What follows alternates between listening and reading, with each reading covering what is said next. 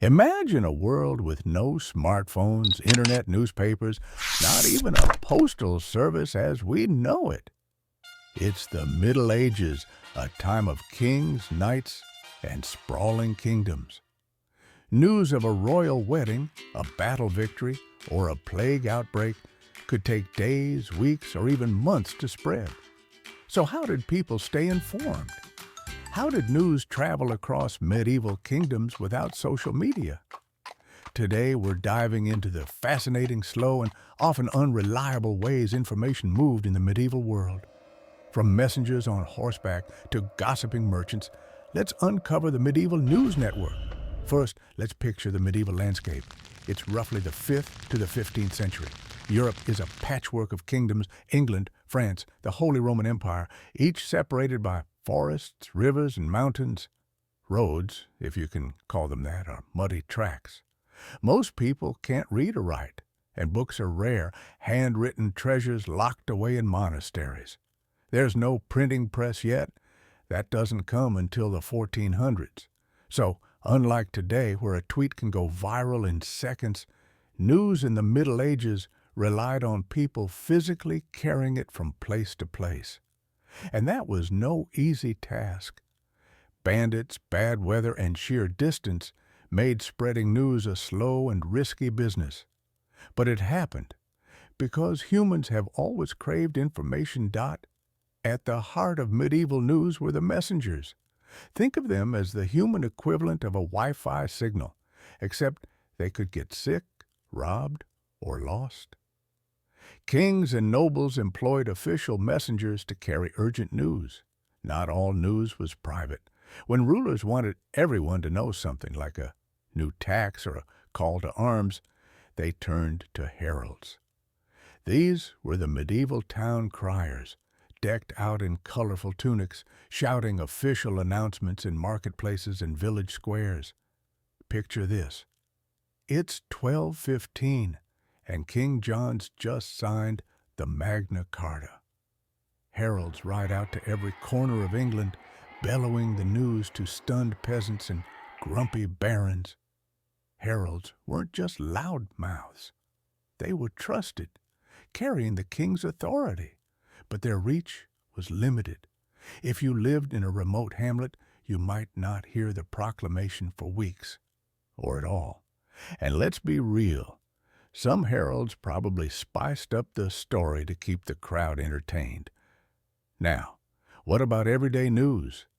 The stuff that didn't come straight from the king. That's where merchants, pilgrims, and travelers stepped in. These folks were the medieval gossip network.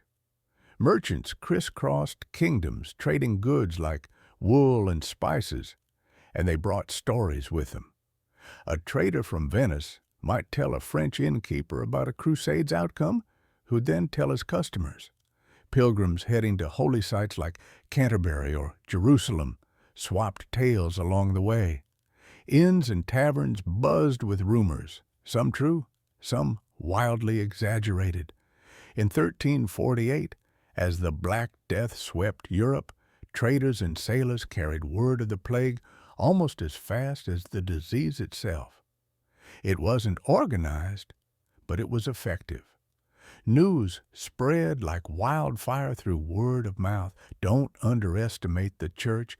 It was a medieval news powerhouse. Monasteries were like information hubs, where monks scribbled chronicles of local events. Bishops and priests passed news between parishes, often reading it aloud during sermons. The church had the advantage of Latin, a universal language for the clergy, so a letter from Rome could reach England or Spain in weeks. If a king fell out of favor with the Pope, you can bet the sermons painted him as a villain. For the average peasant, Sunday Mass might be their only update on the outside world. But it wasn't all smooth sailing or riding. Medieval news had serious flaws. Distance was a killer. News from Constantinople might take months to reach Scotland. Weather could strand messengers, and wars could cut off entire regions. Then there was the telephone game effect. Every time a story passed from one person to another, it morphed. A minor skirmish could turn into an epic invasion by the time it hit the next kingdom. And fake news? Oh, it existed. In 1377, rumors flew that the French were tunneling under the English Channel. Pure nonsense. But people bought it. The medieval news network was slow, messy, and unreliable. But it worked well enough to keep kingdoms connected. So, how did medieval news travel without social media? It took grit, ingenuity, and a lot of human effort. Messengers risked their lives, heralds shouted to the masses, and merchants whispered over ale, the church preached it, and bards sang it. It wasn't fast or flawless, but it built a web of communication that held medieval society together. Next time you scroll through your feed, think about the horseback riders and muddy roads that once carried the headlines. That's it for today. Thanks for watching. Like, subscribe, and let me know, what medieval story would you have spread? See you in the next one.